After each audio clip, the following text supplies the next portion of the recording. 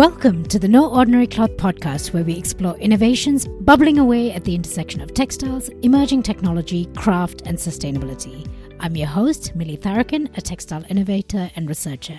Today on our episode, we have Victoria Nickerson, the Material Innovation Lead at World Textile Information Network. And with over 5 years of experience in tracking innovations in smart textile, Victoria offers a really unique perspective on this rapidly evolving field.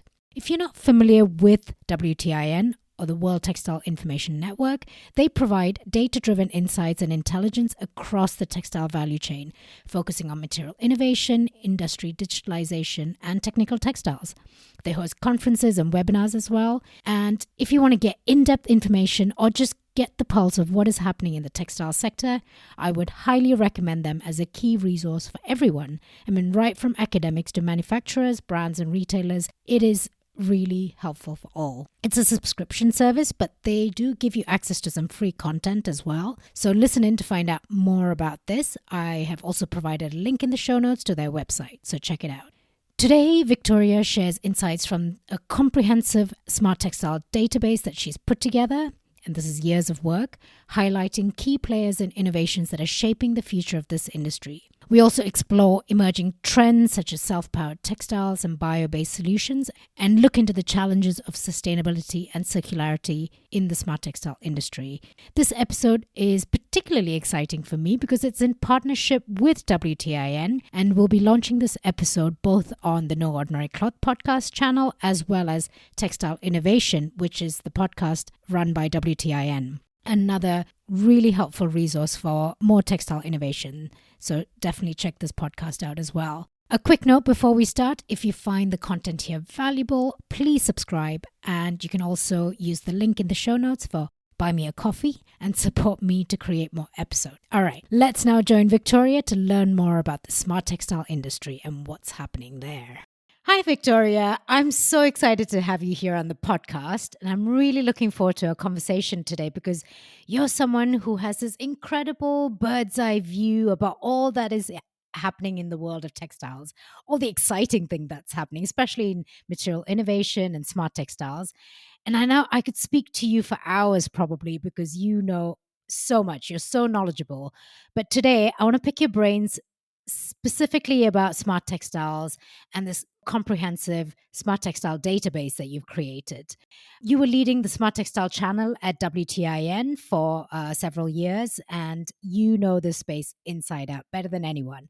And I think it was around 2021 that we first met, isn't it? When you reached out to me regarding the smart textile database that you were building. And I was super excited about it. I'm just dying to sort of dive into this and learn more about what this database is and who can access it and what it covers. And also to learn more about the recent report that you produced on the state of smart textile industry. You know what? I've always thought you've had the most fun job in the world because you get to talk to all these incredible companies around the world, and you know who is sort of shaping the industry and where we're heading in the future, the next 5, 10, 15 years look like. So there's lots to discuss with you. So let's get started and learn more about smart textiles from your point of view. Firstly, just to make sure all our listeners are on the same page, could you tell us a bit about the World Textile Information Network that we refer to as WTIN? What services does it offer and who is it for? And what are the areas that are covered by WTIN? Yes, so really thank you for the lovely introduction there. WTIN, we provide specialist insight and data-driven intelligence for businesses across the textiles and apparel value chain. This hopefully sort of enables them to make better decisions faster and gain that kind of competitive advantage in the space. Our primary focus is high growth markets of sort of material innovation, industry digitalisation, and technical textiles. So WTIN kind of works on a subscription basis. So most of it is online, it's digital, and we cover a range of different types of content, whether it's in-depth kind of report to company profiles. We also have our own podcast, and we put on a few conferences each year. We can also deliver sort of consultation projects as well for the industry. Yeah, you really go in depth and quite wide across the whole industry, right? Who is this aimed at? The platform itself? Who are the people subscribing to the platform? We've got a variety of subscribers, to be honest. It kind of expands the width of the textiles and apparel value chain, we have a lot of big name brands that subscribe to us. We have a lot of academic institutions as well, because obviously we cover quite a lot of their work, but vice versa, they're seeing stuff that's happening in the industry on the commercial side of things. We have manufacturers as well, suppliers. It's a really kind of broad spectrum, I guess, of people that use WTIN. Yeah, absolutely. And anyone who wants to sort of stay on top of what is happening in the industry, I would highly recommend subscribing to WTIN. But coming back to you now, Victoria, you joined as a junior material innovation analyst, and now you are the material innovation lead, and you've been there for over 5 years now. So tell us a bit more about your role. What do you do? What is a day in the life of Victoria like? So, Material Innovation Lead covers a range of things. I'd say, as you know, we're talking about today, my primary kind of market is smart textiles. So, I focus on reporting on innovations in that sector, whether they're sort of new technologies coming out to what brands are doing, how they're kind of employing this new materials tech. We also cover other areas. So, I'm primarily in the smart sort of side of things, but also focusing on protective textiles, so a lot of outdoor wear, as well as writing about the sportswear industry. So it's a big kind of range of roles, but mostly, yeah, covering innovations in those spaces. You do a lot of research, analysis, trend forecasts, and I guess you're also sort of like a textile journalist, isn't it? Sort of writing up about all of this. Yeah, pretty much, I guess, because we get to do a lot of interviews and Q&As with a lot of specialists in the area, which is obviously a great way to find out new things going on. Now, coming to my favorite topic and the one that you specialize in smart textiles. So, for our listeners again, Victoria, could you just introduce smart textiles or electronic textiles, e textiles? There's so many terminologies that are used. Could you introduce what it is briefly for us? Yeah, so as you sort of said, smart textiles, I think depending on who you are, it could have a range of different definitions, but the one we sort of use at WTAN is that we think smart textiles are materials that have the ability to interact with their user or with the environment. So they're always able to sense stimuli from the environment and react to it. So sensing and actuating can happen, either at the same time, automatically, or more elaborately through a circuit. And some smart textiles in those more advanced categories, they might be able to process data or adapt behavior to it. And that could be made possible by sort of integrating processing units within the product. So I guess based on this definition, we'd say at least two components need to be present in a textile structure to make it sort of smart. So for us, that's either sort of a sensor, an actuator, and I also have a conductor to sort of transmit data and those kind of signals. So, this is a field where we bring together textiles, electronics, and computing, isn't it? All of that kind of come together to create these kinds of smart textiles. And WTN has been tracking smart textiles for a long while now. A few years ago, you decided to put together a database for smart textiles. And we had a lot of discussions around this. I was so thrilled about this because it was so important to bring this database together, one place where people can access information, because smart textile has unfortunately been a very fragmented industry. Supply chain's very fragmented, and what you were doing was just what we needed. Could you tell us a bit about this database and why you created it and what has been the value that it's given people? Yeah, so I think, as you've said, being in smart textiles for the last few years, you can see that it is quite a separate industry. There's very distinct parts to it. We're sort of talking electronics and we're talking textiles. I think from having done a lot of research in it, talked to both sides of the field, whether it's academics, people in the brand space, we sort of saw there's this kind of gap in the market of having that area where people could connect to either side that they needed. So whether it's,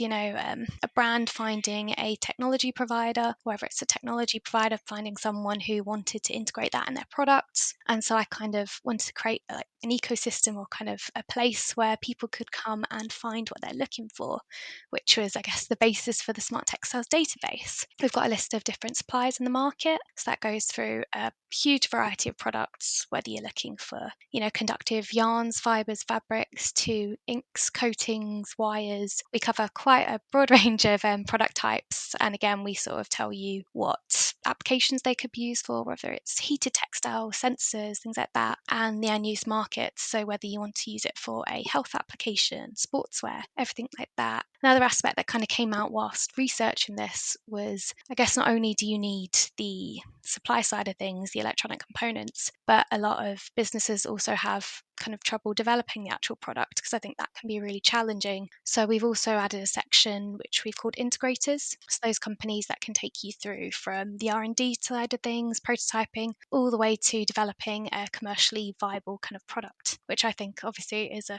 great thing to have in the space at the moment. Absolutely. I mean, like you said, I don't know anyone else who's kind of compiled something like this together, and it is so valuable. So you cover companies around the world, don't you, in that database? So anyone who's involved in creating components or any parts of that supply chain for smart textiles is on that list. Could you highlight a few examples of companies that are working in smart textiles as part of this database?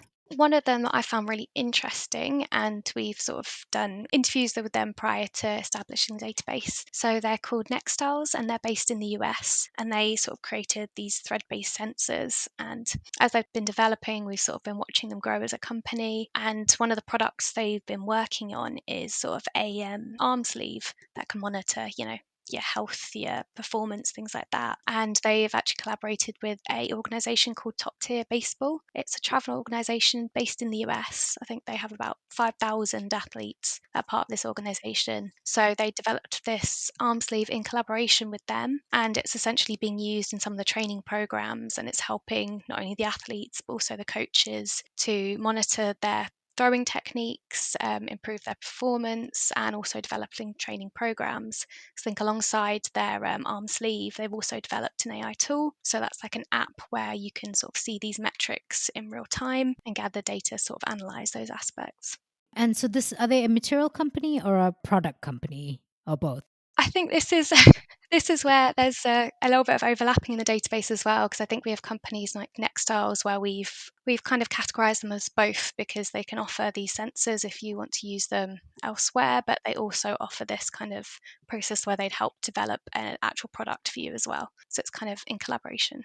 And would you have an example of an integrator as well? Yeah, I think probably quite a well-known one actually, but Climate we've put as an integrator. So they started a little while back, and they developed sort of intelligent heating technology. And I think one of the collaborations I've really enjoyed recently is with Carhartt. So they've created a intelligently heated thermal vest, and so essentially I think it's more for the workforce kind of PPE uses. And so when you wear it, it can basically automatically adjust to your body temperature as well as the activities you're performing, so automatically, turn off, turn up, turn down to adjust to the needs of the user. And I thought that was quite exciting. I think not only for the development itself, but I got to talk to the head of global product R&D at Carhartt, and I think she was sort of mentioning a few of the challenges that came with this space, which I guess is why you sort of do need these integrators, because coming from a background where you haven't really produced too many smart products, you've got things coming into play like the logistics,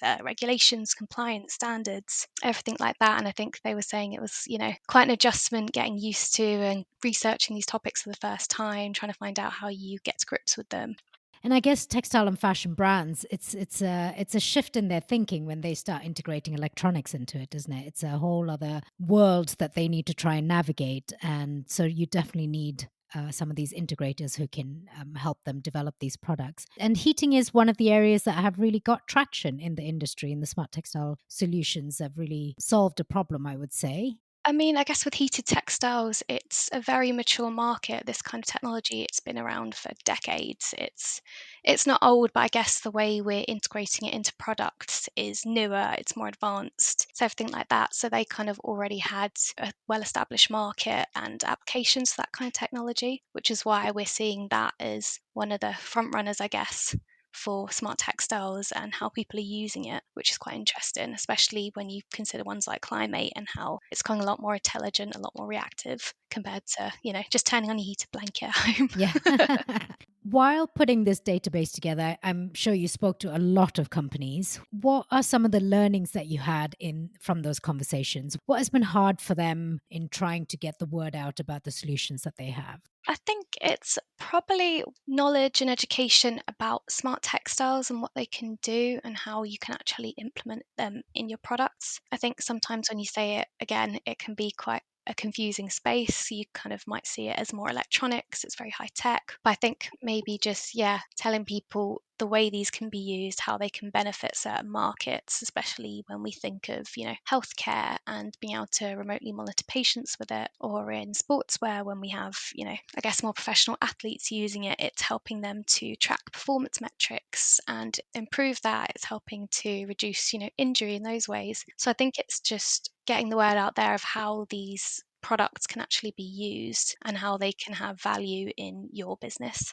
I mean, gosh, I almost feel exhausted because for like 20 years, I feel like we've been trying to educate people about this field, and still there is so much more work to be done. But I think times are changing. I definitely see that there's a lot more openness, especially with flexible and printed electronics becoming just filtering through the market and being adopted. That in the form of textiles just seems like a next step that people are much more open to exploring. In the database, I'm curious to understand the companies who've been developing these solutions. Do they come more from a textile background, or is it being more developed within the electronics industry? I'd say the majority are more from the electronics side of things. I think when you're developing those kind of components, a lot when you kind of look on the websites or talk to them, a lot of them have been, used elsewhere to start with, whether it's in, automotive, aviation, things like that. And I think it's only as you've seen smart textiles as an emerging sector that I think these kind of companies are realizing where their components could also be used. So whether it is, as we sort of said, with sensors or heated textiles, things like that, I think it's definitely more from the electronic space, but it's kind of a growing number of companies are from textiles based areas. Yeah. That's encouraging to hear. I know heating is the area that's got a lot of traction, but what are some of the other trends that you see in the smart textile industry? I think a growing trend I'm seeing, it's not very commercialized at the moment. I think there's still a lot of work to do to get it to that kind of space, I guess. I'm really enjoying seeing stuff to do with self-powered smart textiles. I think whether it's through, harnessing the movement of your body, harnessing energy from the sun or from heat, things like that, I think that's a really exciting technology and could really help to commercialize some of these products in future. Because I guess when you're thinking about the components that are included in smart textiles, you kind of have potentially bulky circuitry, bulky batteries, things like that. I think having something that is self-powered, it might encourage more adoption of this kind of technology because you're not relying on charging things up. You can just get on it, wear your jacket in the morning, and it's going to work. We talked about the smart textile industry supply chain being quite fragmented. When you put this database together, were there some gaps that you saw in the supply chain? What are sort of the missing links where there is still need for solutions to be built, which can sort of iron out this industry a bit more? I'm just thinking the main gaps I'm seeing at the moment is more to do with the investment as well. I was just trying to think of what large supply chain challenges there are. I think it's more about finding the companies who create the actual products than maybe the supply chain itself. I think it's knowing who's out there to create a specific component that can meet your needs. I think that's what I'm seeing mostly. You talked about investment. Do you want to expand on that a little bit? Yeah, I think we're seeing that in a way across the board with the textiles and apparel industry because you can see it with emerging new materials, whether they're, bio-based recycled solutions, that kind of thing, as well with smart textiles. I think investment is something that the community really needs. I think to help these kind of startups really scale and have a fully commercialized solution, we need more companies getting into the space, whether it's some of these brands connecting with academics or these smaller companies who are producing these components. I think it's really just having more collaboration and trying to get that investment into the community to help these solutions really scale. Can you sort of highlight which industries are driving some of the developments in smart textiles? I think at the moment, a lot of the investment is more in healthcare. I think you're seeing a lot more solutions there because I think instead of sort of being a niche kind of market, there's a lot more space for developing, these solutions that can monitor you remotely for your healthcare, especially in the wake of COVID. I think that's become a lot bigger priority. In the same space, I guess, sportswear really picked off in that kind of 2019 to 2021 because people were looking for those, fitness trackers that they could do their workouts remotely because obviously if we couldn't go into the gyms, people wanted those kind of products. So I think you're getting a lot of investment there. But I think maybe now, especially for sports, it's probably more for professional athletes because another challenge of smart textiles is they're not cheap to make. So I think they're not necessarily widely available to the mass consumer market yet. So I think you're going to see it in those spaces where there is a very niche need for it. So professional athletes. Another area where I'd say a lot of investments coming in, especially in North America, is for the kind of military and defense market. We're seeing a lot more activity going on in that space over there. What does the current research landscape look like in smart textiles? We're seeing a lot into sensors as well. So again, that is used across a wide variety of sectors. So, again, your heart rate, your blood pressure monitoring, all those things with athletes. And I think it's producing these in a way that can be more effectively integrated into clothing. So whether it's just having like a certain conductive yarn, whether that's made out of wire, conductive polymers, things like that. I think that's quite a big area, basically making these a lot more easy to build and easy to use in clothing. I think as well, when I was sort of talking about self-powered smart textiles, there's a lot of academic research going on in that space. Unfortunately, not too much commercialized, but I think maybe that's something to look for in the future. Another one that's quite interesting, I think we could be a little while off with this, but we're seeing some bio-based solutions as well. Because when you think of the smart textiles industry, it's maybe not inherently sustainable when we're combining textiles and electronics. So I think people are looking at ways that we can start building these products with sustainability in mind. Yeah, and that was my next question actually. With sustainability and circularity being key factors that's driving a lot of decision making these days and funding, how is Smart Textile navigating this challenge, and what are the new developments that are taking place to tackle this? I think it's difficult with smart textiles because some of the areas they're being used in, I think you're kind of looking at the solution first in terms of you want to develop a product that functions, that, is delivering these kind of data, these metrics, these results that you need. So I think sometimes the sustainability aspect can be a bit on the back burner. But we do know a few companies are looking at maybe having more interoperable kind of solutions. So whether we could take out the electronics from one garment and use them in another to make sure it's not just being used in one area and not reused, whether they have take back programs, so being able to again remove the components, recycle the electronics and recycle the garments separately. I think there are a few different solutions coming about, but it's, as the industry is still quite new, it's growing, it's getting established, I think the kind of sustainability component is going to grow as the industry does, definitely. And I also heard discussions about sort of repair services as well, potentially, mostly for the electronics if it fails to be able to switch that in and out. But yeah, bioelectronics for me, that's something I'm keeping a close eye on, and there's a lot of research that's been going on in that space, which is very exciting. If we look at sort of textiles and how the electronics is integrated, usually either it's woven, knit, or printed. In these three categories, where do you see the most development happening? I think the biggest mix we're seeing is probably between knitted solutions. So, as I said, where we're having these kind of componentries that can be integrated in that kind of way that means they're comfortable, they're easy to use. And I think a lot of them may be, wires that are kind of coated with a different thread to make it more comfortable. I think that's when you're seeing the knitted solutions. But then printing as well has come up with, I think a few different companies are trying that, especially in the sportswear department. I think a lot of them are trying to have those very flat integrated electronics that can sit tight to your skin, so it be within a compression garment, which I think maybe printing works a little bit more effectively there. But they're probably the biggest areas, yeah. You recently wrote a report, nanomaterials, right? Maybe not specifically for smart or e-textiles, but nanomaterials for textiles for outdoor and sportswear. Can you just share a little bit about that?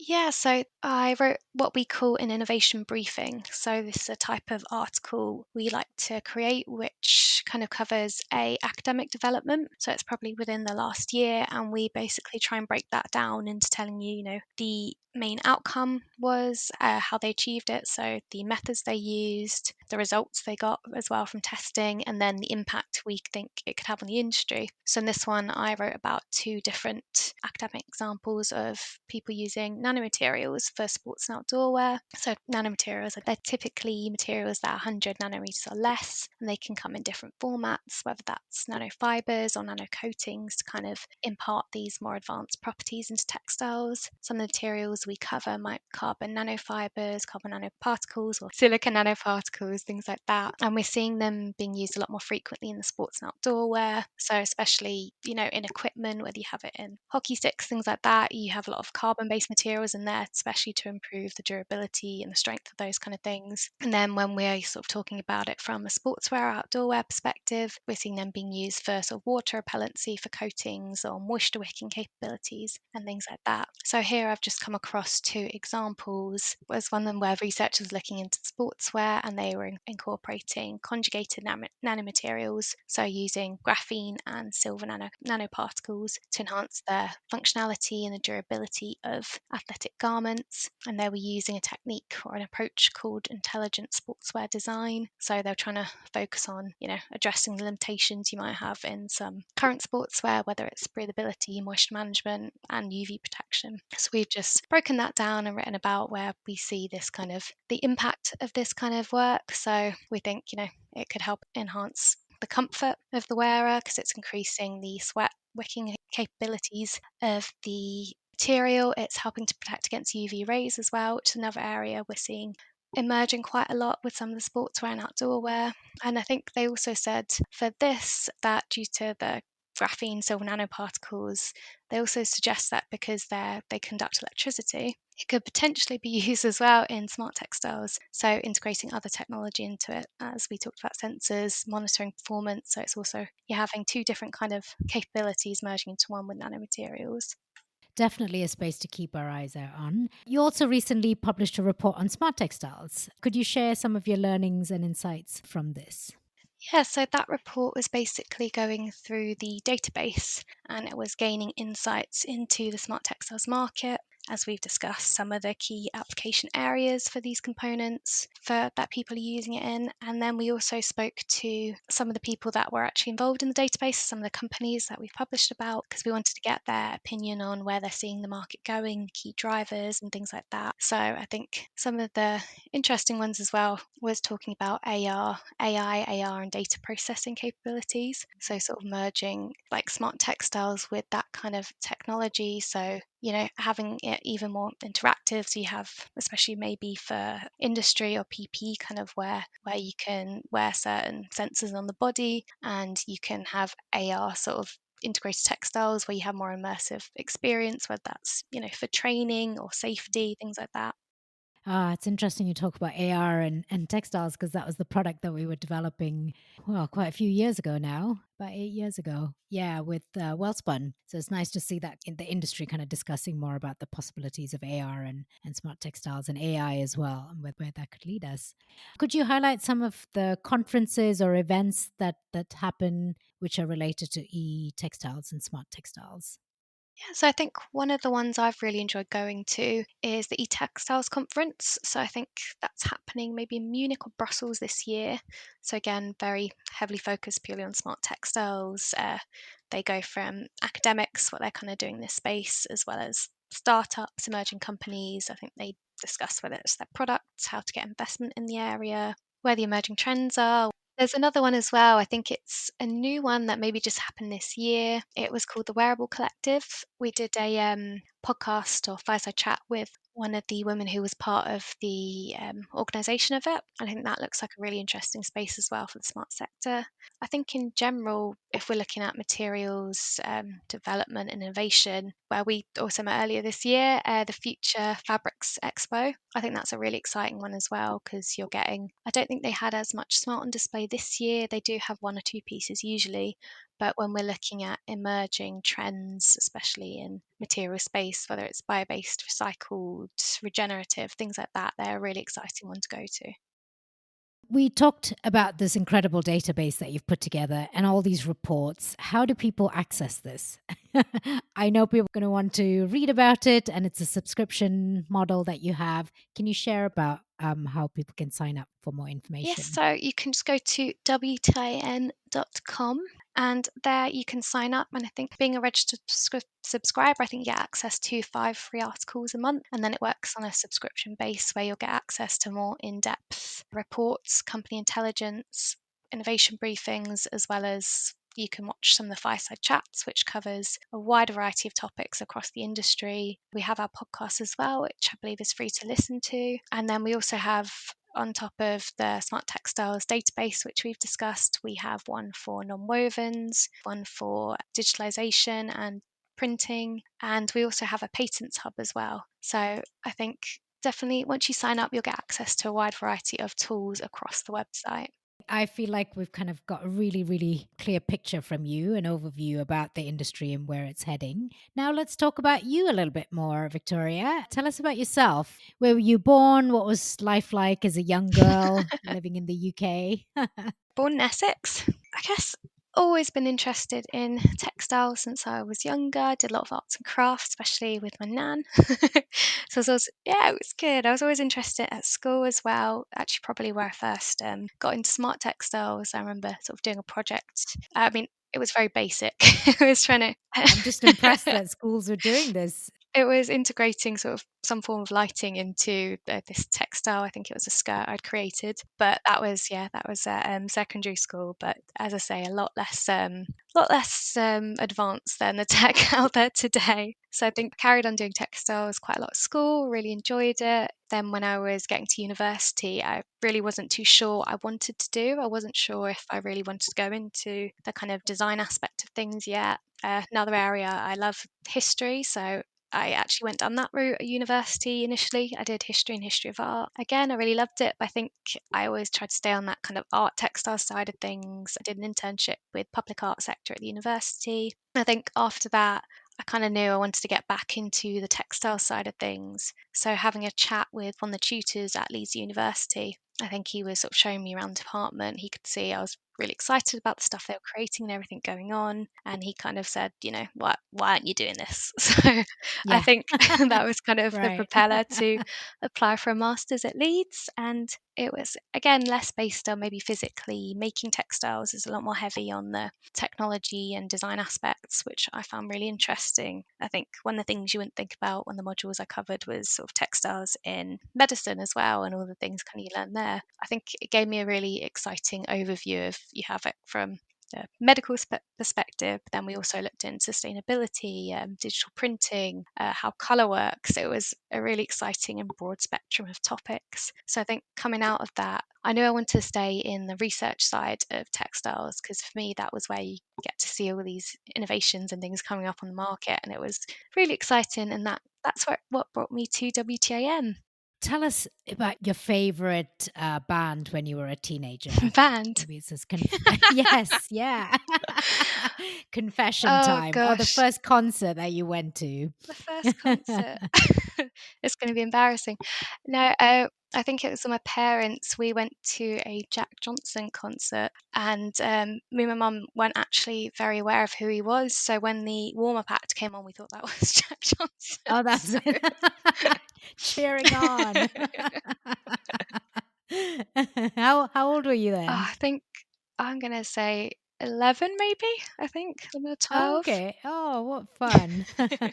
But who's your real favorite band though from those days? Oh, I think I remember my first CD was Scouting for Girls, and I actually saw them again at Glastonbury a few years ago, which that was quite fun. Oh, Little amazing. throwback. Brilliant. Did you have any role models, teachers, or artists, anyone that inspired and encouraged you back then? You mentioned about this particular faculty at Leeds, but were there any others that really sort of nudged you along this journey or guided you when you were feeling a bit stuck? Yeah, I guess probably my two doing A-level textiles, probably my two tutors I had there. I think very different personalities. I think one came from more of a fine art background and one was textiles. Both kind of encouraged you to kind of explore that creative sides in very different ways. One a little bit more scary than the other. Yeah. But I think they were really big helps in trying to, improve the way I'm looking at things, the way you respond to things with the materials, and just kind of allowing you to be very free with your creativity and things like that. They were great. I think quite disappointed when I didn't do textiles for a degree actually.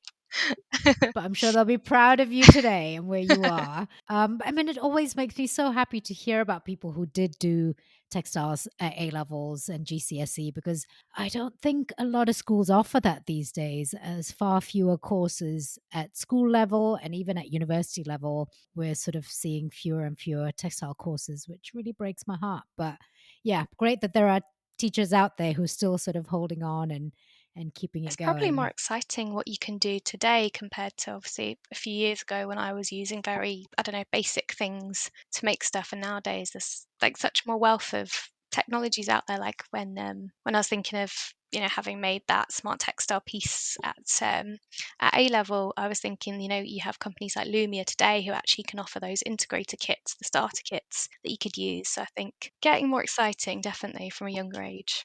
Yeah, I mean, I think that's something I'm really passionate about is to inspire younger people to reimagine textiles. And people tend to think textiles equals fashion, and that's another thing that I'm trying to break down as well, because there's so many other opportunities and possibilities as your career in textiles. And I think, yeah, the more we share stories such as yours, I think, and I hope the listeners will also kind of reimagine what their careers and future can look like.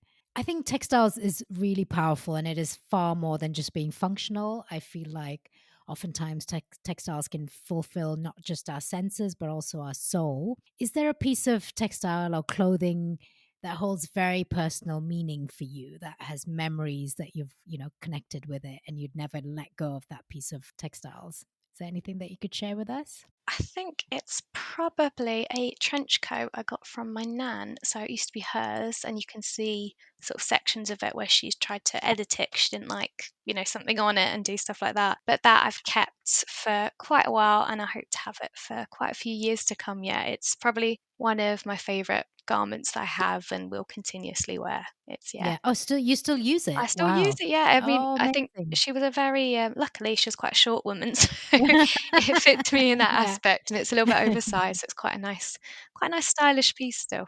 Yeah. Oh, lovely. Do you remember what brand it is? I'm just curious that it's survived so many years. It was made well. I think, you know what, it was an old M&S brand, maybe it was St. Michael, I don't think they do that anymore, but I know a lot of her stuff used to be, yeah, M&S, but great quality, so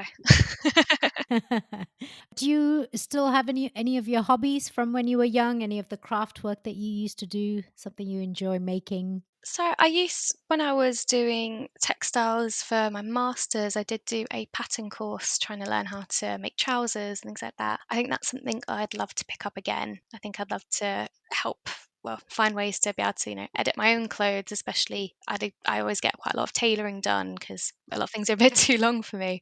But I think I'd love to relearn those kind of skills because, when you haven't done it for a little while, you're out of practice. I think that's something going forward I want to focus my time on a little bit more.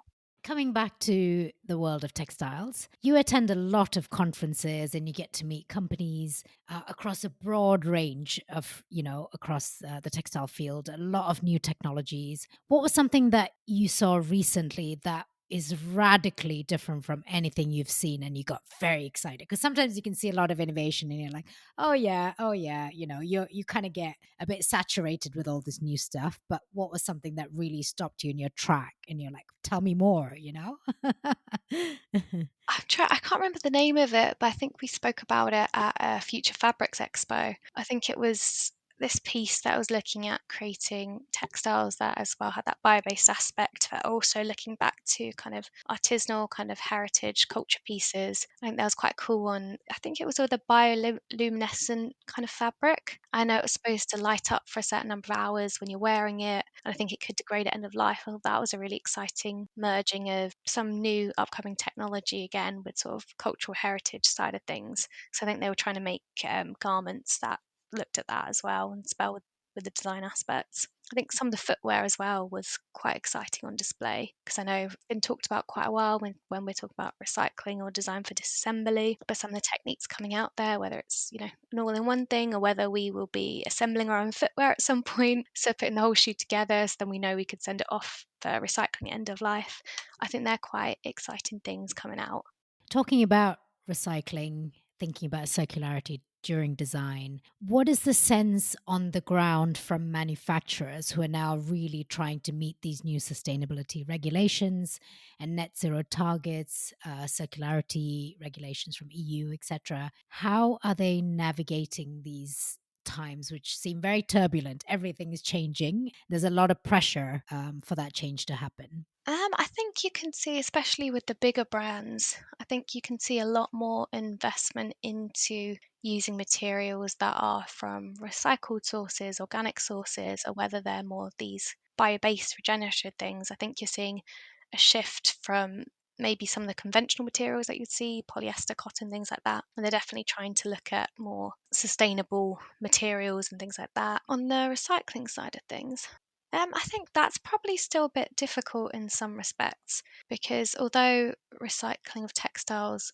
could be a big sector, I think the infrastructure still needs to grow a little bit more. I think the amount being recycled at the moment is nowhere near what could be happening with it, and as well trying to reuse those fibers or yarns, whatever they were, in more high growth areas.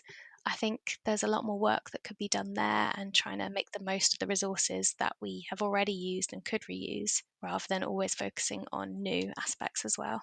I mean, like I said earlier, it's such an exciting time to be working in this in textiles because there's so much innovation. There's really quite a lot of disruptive innovation that's happening because we're completely reimagining how we think about textiles, how we make and use and reuse textiles. What are your thoughts on the new skills that are needed in the industry? I mean, I hear from both companies and reports that there's a big skills gap to sort of engage in this innovation and really translate that into the real world beyond the labs. What is missing, and how can people equip themselves for these new jobs of the future? With sort of textiles, and especially maybe when we look at smart, because you are merging those kind of distinct industries, I think the skills gap is knowing how to kind of combine them. I guess having that middleman that has the background in textiles, but also has a certain amount of knowledge in electronics or engineering, and knowing how to piece these kind of new products together, new materials. So I think moving forward, you're probably going to see textiles having a lot more to do with, yeah, the science side of things, the engineering side of things. And I think you're going to have a more, maybe it is cross-disciplinary approach. Definitely, it won't just be looking at your your knitting, your weaving. I think it'll be looking at a lot more of these high-tech processes as well, knowing how to use a broader spectrum of materials. And yeah, I think it'll be a lot more collaborative in the future, which is really exciting actually for designers. It opens up so many more avenues of innovation and product development, which, yeah. That's actually my next question. What are some of the new jobs that are cropping up in the textile industry, which is being driven by these new developments of emerging textile technologies? I think a lot you're having ones that are focusing on innovation. So, yeah, innovation specialist, innovation manager. It's those kind of roles because they're the ones that are really looking at what's coming out, what's driving the market, and how can these brands, these companies, manufacturers implement the new technologies, the new materials into what they're doing. So I think it's very much, as we've sort of mentioned, the people that can have a more holistic approach and look at all different areas and integrate that into textiles, definitely. And if someone wanted your job to be like a, you get to sort of see everything, learn about all the new innovations, write up about it, be a textile journalist in a way, where would they start and what are the skills that they need to be building? I think, I guess, analysis, research skills.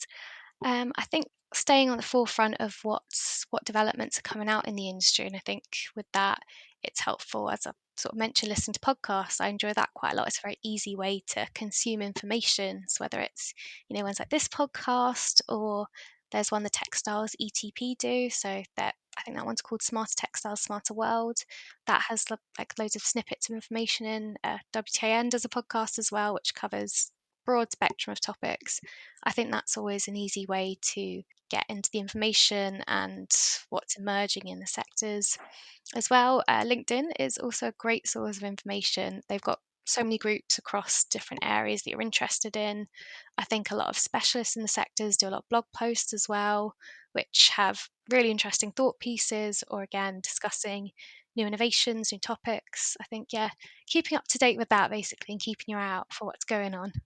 On my last episode, I had Madison Maxey from Lumia. She's the CEO and founder of an e-textile company who's doing really well.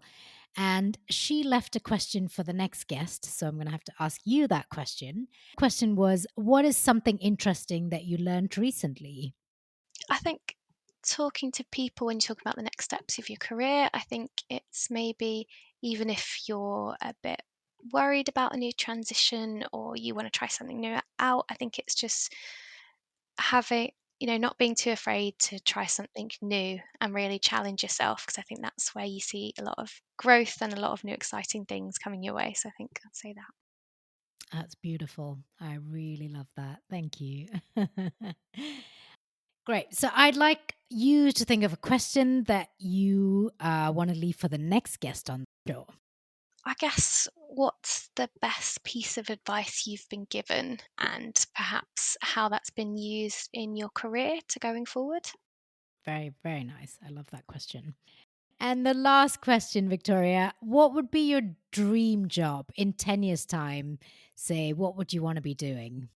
I think I'd still love to be in the textile space. I think I'd love to be somewhere where you could really help kind of foster that innovation and help these companies grow, whether it's, I don't know, from helping them find investment or whether it's being directly involved in the R&D process. I think basically somewhere staying in the textile space, somewhere working with innovation. I think either with smart textiles, or I'd love to be in the side of it where we're looking at more sustainable solutions. I think either one of those is where I'd love to be in 10 years. Well, you already are sort of at the forefront of all of that. You have so much information about what is going on in the industry. It's such an exciting space to be in, and I'm always looking out for the articles that you post and just how you keep everyone informed. I really like the way you cover topics as well. You just make the e-textile industry really accessible to anyone and through the articles that you've done in WTIN. So I would highly recommend the listeners to kind of catch that if that's possible. See if you can get a subscription at WTIN. Thank you so much, Victoria. It was so lovely to speak with you and just so inspiring as well, just to hear about all that is happening. I know we kind of only took a little sliver and looked at smart textiles, but there is also so much happening in the world of textiles and innovation. And it's exciting to see how you're involved in that space and how you cover that space and through in-depth reports and insights, which are really valuable. Actually, I do have one more question. So a lot of it is sort of new technologies that are popping up. How do you kind of catch up with it? How do you learn about these new things? For example, if it's AI, how much kind of background then do you kind of dig into AI to understand the industry and then to connect it to textiles? I think one of my colleagues is probably one of the more specialists in that area of AI in use, but I think it's probably learning, the initial concept of what AI is, how it can be applied to textiles, and then going out doing, especially when you do interviews with these companies, it completely opens your eyes to the different ways it can be employed in academia as well. I think there's a lot more innovative uses out there. Probably just going out, interviewing people, and learning a lot more from some of the experts across the fields in the topics. Yeah. I mean, I guess that's what your job's about, isn't it? You're always learning new things, always, as technologies emerge. And this is what I'd encourage everyone to do is just start talking to people, exactly what you said. People are really helpful. People are willing to share about what they're doing. And so talk to people and just as Victoria said, allow yourself to just be opened up into this new world. It doesn't have to be scary. It doesn't have to be intimidating. Just having these conversations just makes it so much more accessible. And thank you so much, Victoria, for doing that for us in this space. And we look forward to all that you're going to come out with in the near future. Thank you very much for having me. Thank you. What a fun and insightful conversation that was with Victoria. I know we've had a few smart textile guests on the podcast, but these were a bit more specific to technologies and products that they were developing. But today, Victoria really provided a fascinating overview of the smart textile industry, highlighting both the challenges and opportunities in this rapidly evolving and growing field. From the development of innovative products like thread-based sensors and intelligent heating technologies to the importance of education and collaboration in advancing smart textile adoption, I think Victoria's insights really highlight the potential for these technologies to transform industries such as healthcare, defense, sportswear, and more in the coming years. It's great to also learn about WTIN and what they do to connect innovators and businesses across the textile industry. The WTIN link is in the show notes. Definitely check them out. If you enjoyed our conversation today, I'd love for you to support the podcast by leaving a review. It helps others discover the show, and you can also support me directly through Buy Me a Coffee. A cup or two helps me work late into the night as I bring you more of these insightful content. You will find the link to Buy Me a Coffee in the show notes below. Thank you again for joining me today. Stay tuned for more episodes and don't forget to subscribe for more conversations at the intersection of textiles, emerging technology, craft, and sustainability. Until next time, I'm your host Millie Tharakin, reminding you that there's no such thing as ordinary cloth. Every thread has a story to tell.